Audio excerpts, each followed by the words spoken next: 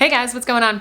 In this video, I want to share with you some arm shoulder warm-ups that you can do to help facilitate better running arms. Now, this is something that I didn't really pay a whole lot of attention to until I started running ultras. And if you've seen people at the later stages of an ultra, it probably looks something like this.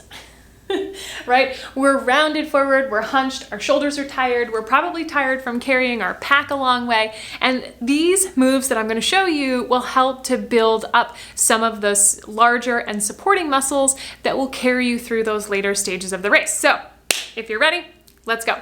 We're going to start with just some backstroke on the right.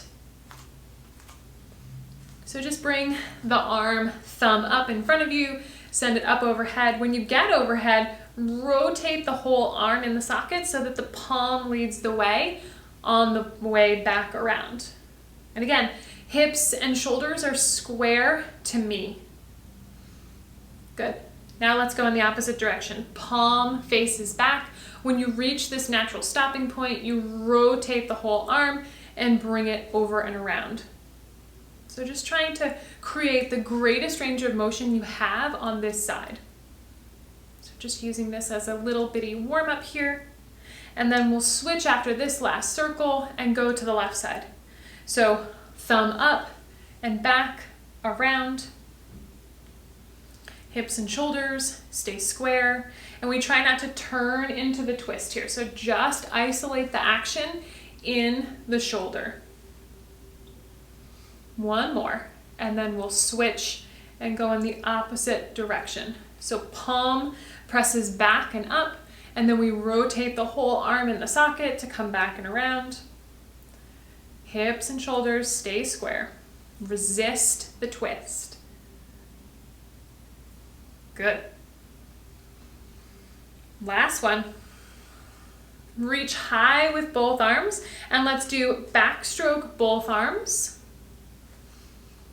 So keep that thumbs up, rotate, palms lead the way.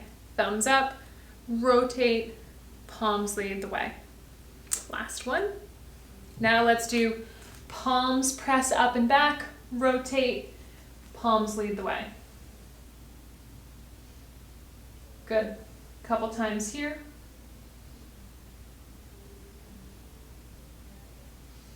Nice. Now, as you come up, reach high and drop the elbows, into cactus or goalpost arms. So we want wrist over elbow and elbow at the same height as the shoulder.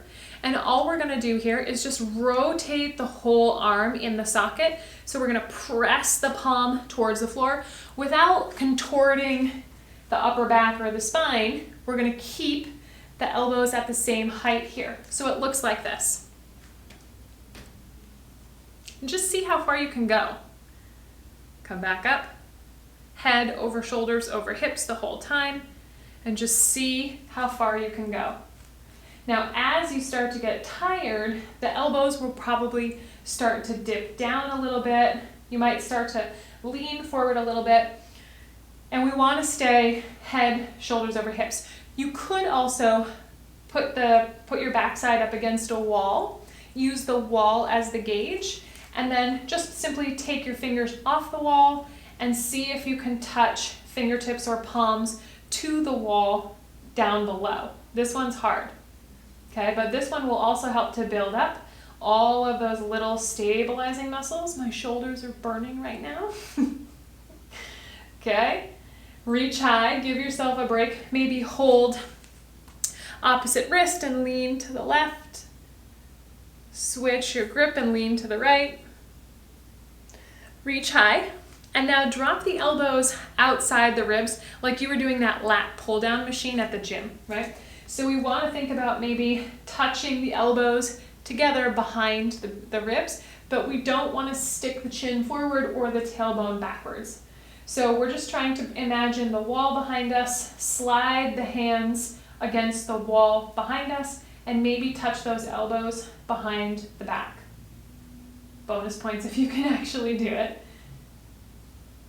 Good.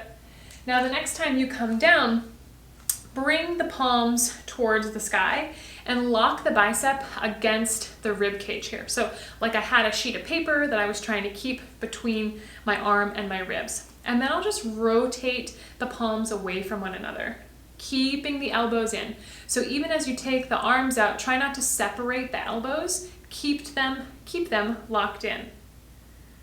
Okay, you probably feel this one a lot, all of these a lot in the shoulder cap. And that's okay, that's exactly what we want. Good. Now, last ones, from here, let's work the mid, upper, back. So release the arms, shake them out. Maybe come into this half fold position and just take the right arm, extend it long. I'm using my left hand to brace here. And I'm just gonna lift thumb towards the sky, right? Let the hand come back up underneath the chest. Raise thumb towards the sky. But what I'm not doing is this. So again, we keep head, shoulders, and hips all in that same line, and we just lift and lower the arm, okay? So we're tapping into all these muscles back here on the mid upper back to make this action happen, okay? Let's do a couple on the left side, same thing. Use the hand to brace. And just start to lift and lower. We'll do maybe 4 or 5 on each side. And then we'll do them both at the same time. So we'll take hands right up underneath the face. Use your whole core. So I don't just mean your 6-pack abs, I mean everything from your shoulders to your hips. We hinge in half. We pressurize the whole inner unit here, right? By creating some space and bracing, kind of like you were bracing for a punch, like someone was going to punch you in the belly button. So we want to be able to breathe here freely, but we're also bracing and using this pressurized inner unit to support us and take the work out of the low back, okay? And this is something that I'll do a whole separate video on because it's kind of hard to teach and do here at the same time.